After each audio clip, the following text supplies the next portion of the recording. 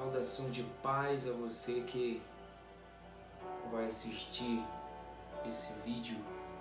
Eu quero deixar uma reflexão a você que está inserido no livro dos Salmos, Salmo de número 63, verso de número 3.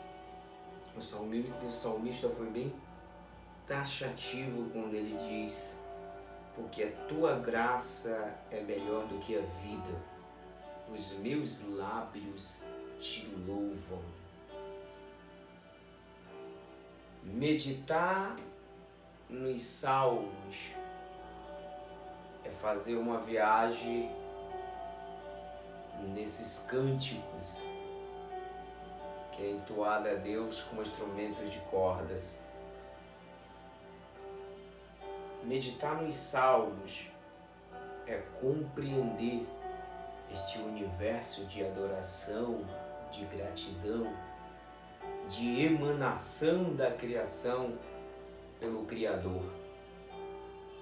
Os salmos é repleto de um mundo cheio de detalhes, esclarecido por uma realeza que não me cabe palavra em meu vocabulário para decifrar essa realeza. O salmista Davi, este mesmo que escreveu para mais de 73 salmos. Diga-se de passagem, os salmos, a maioria deles é chamado dos Pentateucos de Davi, porque Davi é o autor que mais tem salmos inserido dentro desses cânticos, dessas poesias. E este salmo de número 63 é uma das verdades que Davi aplica, que foge da compreensão humana, foge das conjecturas humanas e acalenta o coração daqueles que decidem por fé crer que esta graça não é produto do intelecto humano, que esta graça não é produto da sistematização humana, que esta graça nunca foi o homem que buscou Deus. Esta graça foi sempre Deus que veio em busca do homem.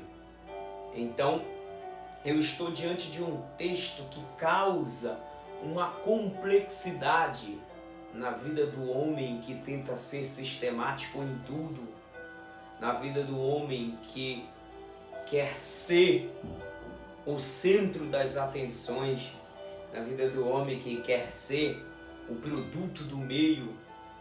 Porém, nós estamos diante de uma verdade esmagadora.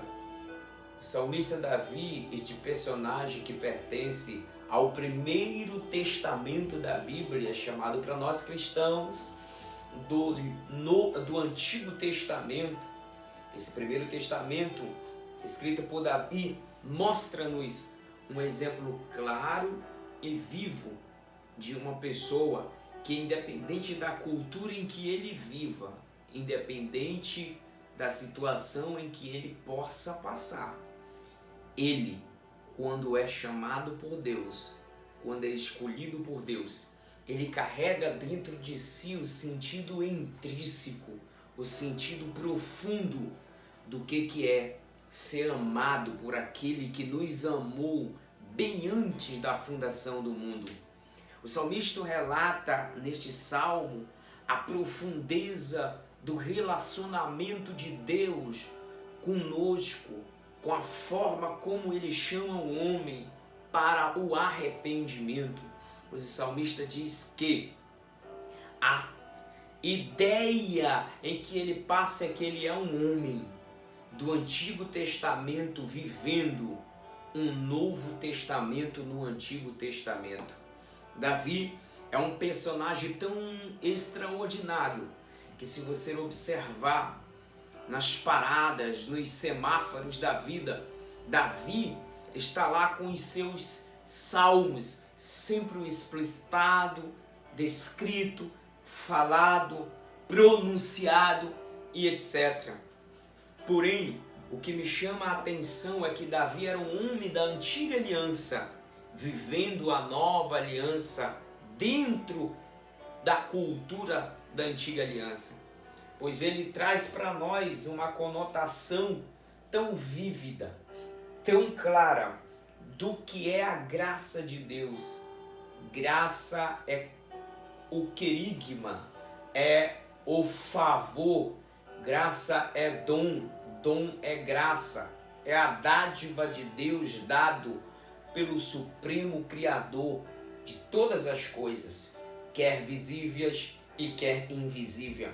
É bem verdade que há um pensamento na nossa teologia ocidental, a teologia esta, criado pelos pais da igreja, o período patrístico, teologia esta, muito dissertada e ensinada a partir do século XVI para cá, quando nós passamos a observar os grandes homens de Deus, que Deus levantara, traz para nós um padrão claro, um padrão objetivo de que existe a graça comum e a graça sobrenatural. Esta graça comum é o sol, é a chuva que cai sobre justo e injusto.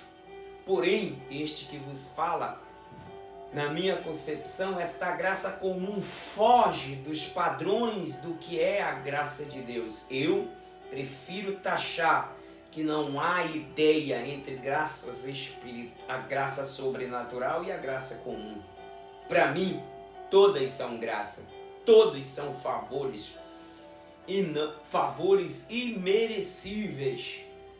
Nós não tínhamos direito de existir, nós não tínhamos direito de agir, nós não tínhamos direito de estarmos aqui, mas Ele, o Criador, por sua própria vontade, por decisões próprias, resolveu nos criar, resolveu nos formar, resolveu gerar em nós esse processo que nós estamos desenvolvendo na terra. É bem verdade que Davi evoca esse poder dizendo: eu não tinha direito de existir, mas Ele me deu direito de existir. Quando Ele diz a tua graça é melhor do que a vida, Ele está dizendo, crer você em Deus ou não, foi Ele que te criou.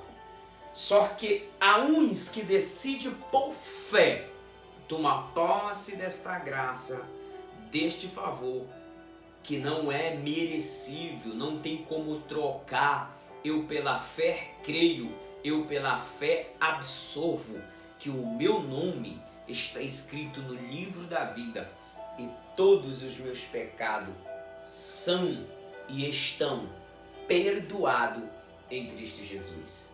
Essa verdade liberta, essa verdade choca, porque a graça não é um sistema, a graça não é epistemológica, a graça não é um ponto de partida de conchaves, a graça não é um código, a graça não é um versículo aqui, outro ali.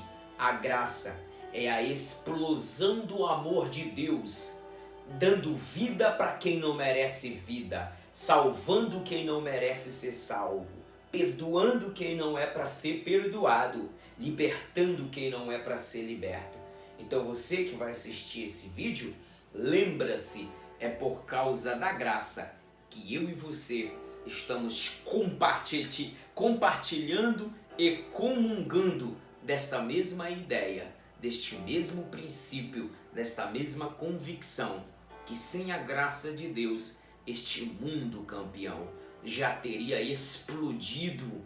Esta terra, campeão, já tinha se tornado um inferno, a sua vida já tinha se tornado uma desgraça, mas Ele nos deu graça, e Davi disse, a tua graça é melhor do que a vida.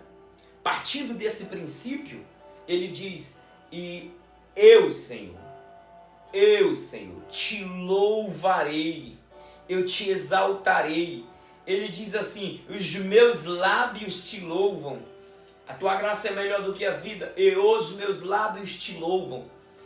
Ninguém no Antigo Testamento foi mais taxativo sobre graça e misericórdia do que Davi, porque eu aprendo e compreendo que Deus sempre tem os seus Davis para ensinar que por mais que você venha tropeçar e fracassar na vida, há uma graça, há um favor que tu e eu não merecemos, que nos coloca de pé. Então, receba esta palavra, porque é de graça que ela vem para nossas vidas.